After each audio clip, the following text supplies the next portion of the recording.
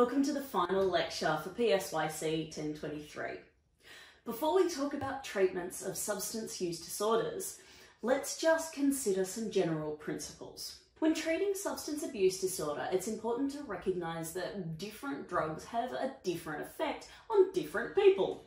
We all have different genetics, different lived experiences, and different expectations about how the drug will affect us. So, treatment needs to be tailored to the individual, the particular drug, and the specific impact that it's having on this person's life.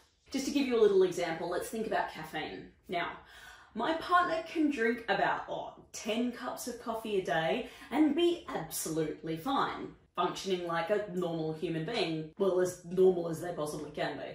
But if I have more than about 2 cups of coffee in the morning, I start feeling really jittery and a bit sick. If I have 3 or 4, then I start to become an anxious mess. Likewise, my dad can have a beautiful espresso after an Italian meal and go straight to sleep. But if my mum or I did the same thing, we'd still be counting sheep at 3 AM and I'd likely start crying like an overtired toddler. So, moral of the story, therapists definitely need to tailor the treatment to the impact that that particular drug has on that particular individual. And though there are principles guiding treatment, there is no one-size-fits-all approach. Another issue to consider is that people with substance abuse also commonly have other comorbid psychopathologies. You may have noticed when reading through your textbook that right at the bottom of virtually all of the DSM-5 descriptions, it says something along the lines of, and the symptoms are not better explained by use of a substance. Substance use trumps the diagnosis of all other disorders. Now, this certainly doesn't mean that other disorders don't occur alongside substance abuse. It just means that the substance use or abuse needs to be taken into account. The final issue to consider is that substance abuse can and often does occur in clusters. So for example, someone with alcohol abuse may also be addicted to cigarettes. Somebody who's addicted to cocaine might also use marijuana or prescription drugs in order to combat the highs and lows of the cocaine. All these issues must be considered when tailoring a treatment to an individual with substance abuse disorder. Let's have a look at some of the main treatments for substance abuse. The first treatment that I'd like to talk to you about is cognitive behavioural therapy, the goals of which you're all loosely familiar with now.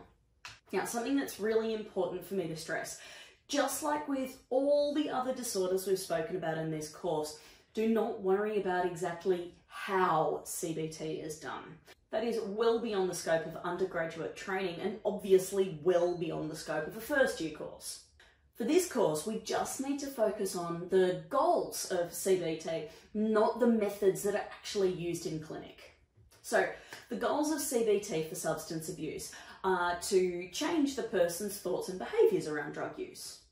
So, the therapist might help the patient recognise, avoid and cope with situations in which they're likely to use drugs. This might even include a component of exposure therapy.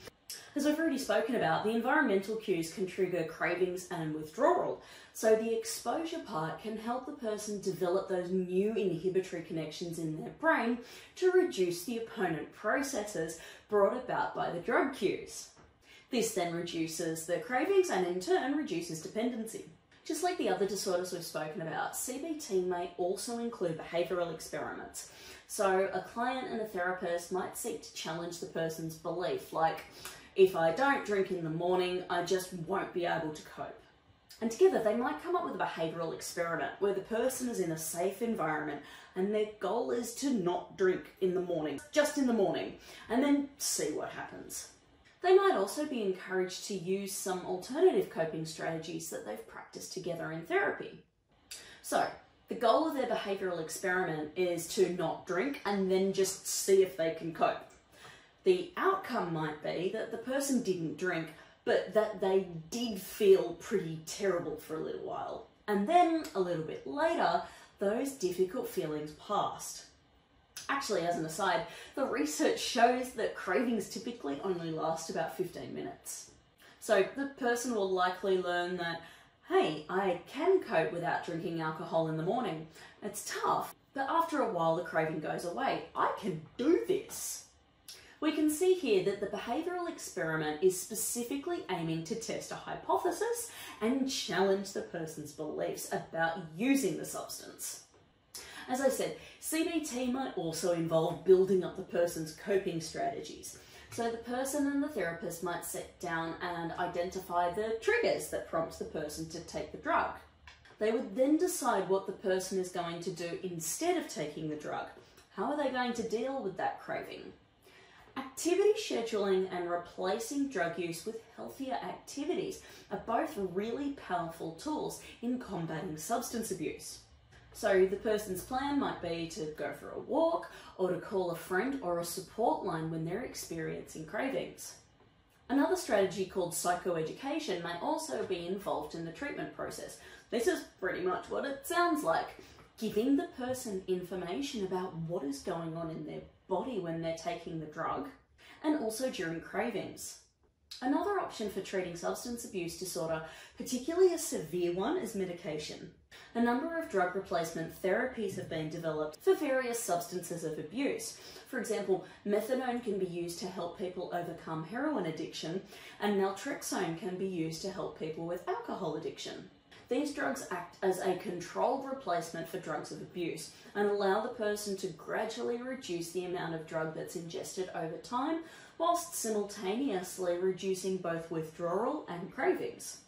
This drug replacement strategy is actually really important for both alcohol and heroin addictions, as immediate cold turkey cessation of some drugs after a long period of dependency can be really serious and sometimes even fatal. One phenomenon that can happen if someone with severe alcohol dependency suddenly ceases drinking alcohol is a condition known as delirium tremens, or DT. DT is linked to opponent process theory. It's where a person has developed such a strong tolerance and such a strong dependence on the drug that when the body thinks it's going to have the drug, those opponent processes kick in to such an extent that the person becomes severely delirious. The sympathetic nervous system goes into a state of such hyperarousal that the person can have a heart attack. Some policymakers have tried to argue that medication and drug replacement therapies are just replacing one addiction with another. But the current scientific evidence from randomized control trials is that the use of replacement drugs in the treatment of substance abuse is a far healthier alternative than cold turkey. This brings us to the end of our lectures on substance abuse, and indeed to the end of our course. I hope you've enjoyed our time together and that you've now got a good sense of what psychopathology is, how mental illnesses are researched and diagnosed, as well as how therapists work with their clients to improve their mental health. If you haven't already, please jump onto the My Experience survey and let me know how you found the course, the bits you liked, the bits you think could be improved, as well as any other feedback that you'd like to leave for me. I sincerely wish you all the best for your exams and your future endeavours.